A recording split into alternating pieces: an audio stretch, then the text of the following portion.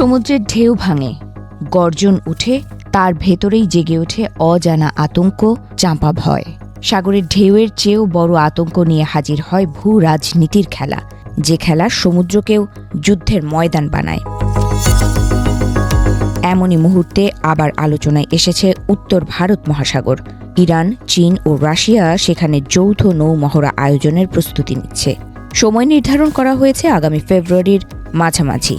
আন্তর্জাতিক রাজনীতির উত্তপ্ত আবহে এই খবর নতুন করে কৌতূহল আর উদ্বেগ উভয়ই বাড়িয়েছে। ইরানের আধা সরকারি সংবাদ সংস্থা তাসনিম জানিয়েছে, এই যৌথ নৌ মহড়ার নাম ম্যারিটাইম সিকিউরিটি বেল্ট। এটি হবে এই মহড়ার ৮ম সংস্করণ। ইরানের উদ্যোগে ২০১৯ সালে প্রথম এই মহড়া শুরু হয়। এরপর নিয়মিত বিরতিতে ইরান, চীন ও রাশিয়া একসঙ্গে এই সামরিক অনুশীলনে অংশ নিয়ে আসছে।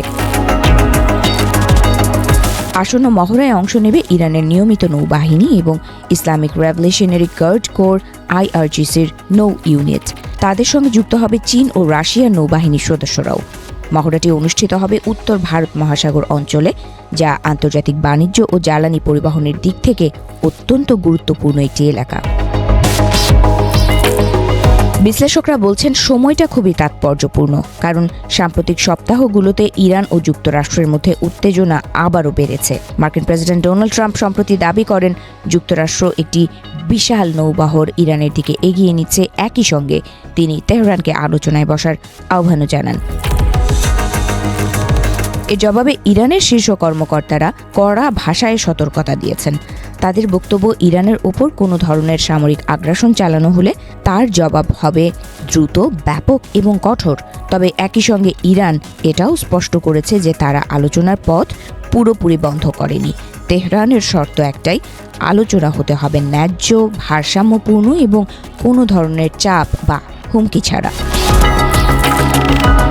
এই প্রেক্ষাপটে চীন ও রাশিয়ার সঙ্গে যৌথ নৌ মহড়া ইরানের জন্য কেবল সামরিক অনুশীলন নয়, বরং একটি কৌশলগত বার্তা হিসেবেও দেখা হচ্ছে।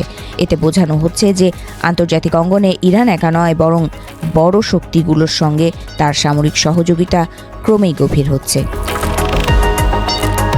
চীন ও রাশিয়ার জন্য এই মহড়া গুরুত্বপূর্ণ। যুক্তরাষ্ট্রের প্রভাব মোকাবেলায় তারা দীর্ঘদিন ধরেই বিকল্প নিরাপত্তা জোট ও সামরিক অংশীদারিত্ব গড়ে তোলার চেষ্টা করছে। ভারত মহাসাগরের মতো সংবেদনশীল অঞ্চলে একসঙ্গে মহড়া চালানো সেই প্রচেষ্টারই আরেকটি ধাপ। এর আগে অনুষ্ঠিত ম্যারিটাইম সিকিউরিটি বেল্ট মহড়াগুলোতে জলদস্যু দমন, সমুদ্রে অনুসন্ধান ও উদ্ধার অভিযান এবং যৌথ সামরিক সমন্বয়ের অনুশীলন করা হয়েছে। যদিও আনুষ্ঠানিকভাবে এগুলোকে প্রতিরক্ষামূলক মহড়া বলা হয়, তবু আন্তর্জাতিক পর্যবেক্ষকদের মতে এর রাজনৈতিক তাৎপর্য সামরিক দিকের চেয়েও কম নয়।